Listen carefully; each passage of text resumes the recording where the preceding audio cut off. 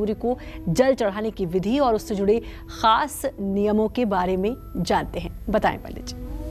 देखो, जिसे जल चढ़ाना कहते हैं उसी को सूर्यार्घ कहते हैं, उसी को अर्घ देना कहते हैं। उसकी शुद्ध भाषा यह है कि अर्घ देना, सूर्य को अर्घ देना। रविवार तथा सप्तमी तिथि को भगवान सूर्य को अर्घ देने का विशेष महत्व शास्त्रों में बताया गया है। कुशा के आसन पर खड़े होकर सूर्य को जल अर्पित करना सबसे शुभकारी होता है।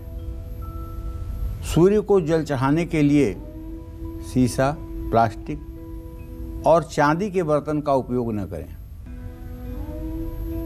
सूर्य को जल चढ़ाने के लिए तांबे, पीतल और कांसे के लोटे का उपयोग आप कर सकते हैं।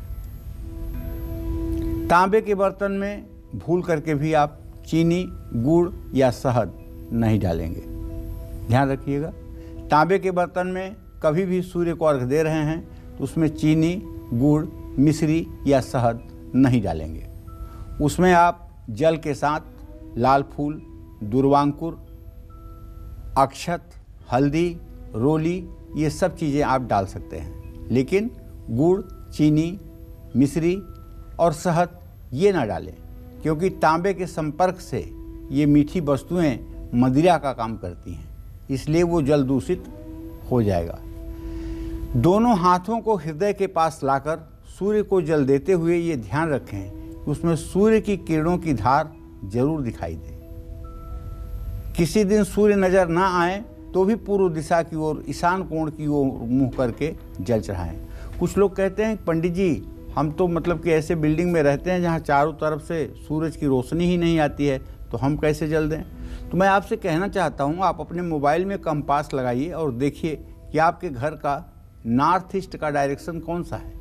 जो नॉर्थ ईस्ट का आपके घर का डायरेक्शन है, पूर्व उत्तर के कोने का डायरेक्शन है, सूर्योदय के समय ठीक उसी दिशा में आप खड़े होकर के सूर्य को जल दें।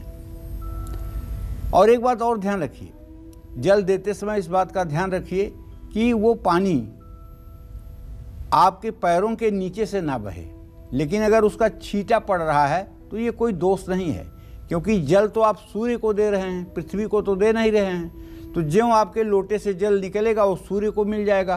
पृथ्वी का स्पर्श होने के बाद अगर जल आप तक पहुंच भी गया तो इसका दोष आपको नहीं लगेगा। हाँ, आपके आसन पर सूर्य का जल अगर आता है तो कोई बुराई नहीं। सूर्य की उपासना हर दिन तो करनी ही चाहिए, लेकिन कब सूर्य उपासना करने से आपको सबसे ज़्यादा लाभ मिलेगा ये भी मैं वैसे बताना चाहूँगा। लेकिन सचमुच में सनातन धर्म में 365 दिन सूर्य की उपासना को आवश्यक बताया गया है। सूर्य की उपासना को 365 दिन अर्थात वर्ष के हर दिन सूर्य उपासना अत्यावश्यक बताई गई है। जिस तरह से स्नान करना और भोजन करना आवश्यक है, उसी तरह से सूर्य उपासना भी आवश्यक है। सूर्य की पूजा उपासना अगर सूर्य के नक्षत्र उत्तरा, फाल्गुनी, उत्तराषाढ़ा और कृतिका में की जाए तो बहुत लाभ मिलता है। सूर्य के इन नक्षत्रों में ही सूर्य के लिए दान पुण्य करना चाहिए। संक्रांति का दिन सूर्य साधना के लिए सर्वोत्तम माना जाता है। इसीलिए जब सूर्य मकर की संक्रांति में होता है, दक्षिणायन से उत्तरायण की तरफ जाता है, 14 जनवरी को लगभग ये समय आता है, उस समय पवित्र तीर्थ में स्नान करके जो लोग सूर्य को अर्घ देकर गायत्री मंत्र का जप करते हैं, वो लोग अपने जन्म जन्मांतर के पापों को समाप्त कर देते हैं और उनके सौभाग्य का उदय होता है। इसमें संशय नहीं है। जय मां विंध्यवासिनी।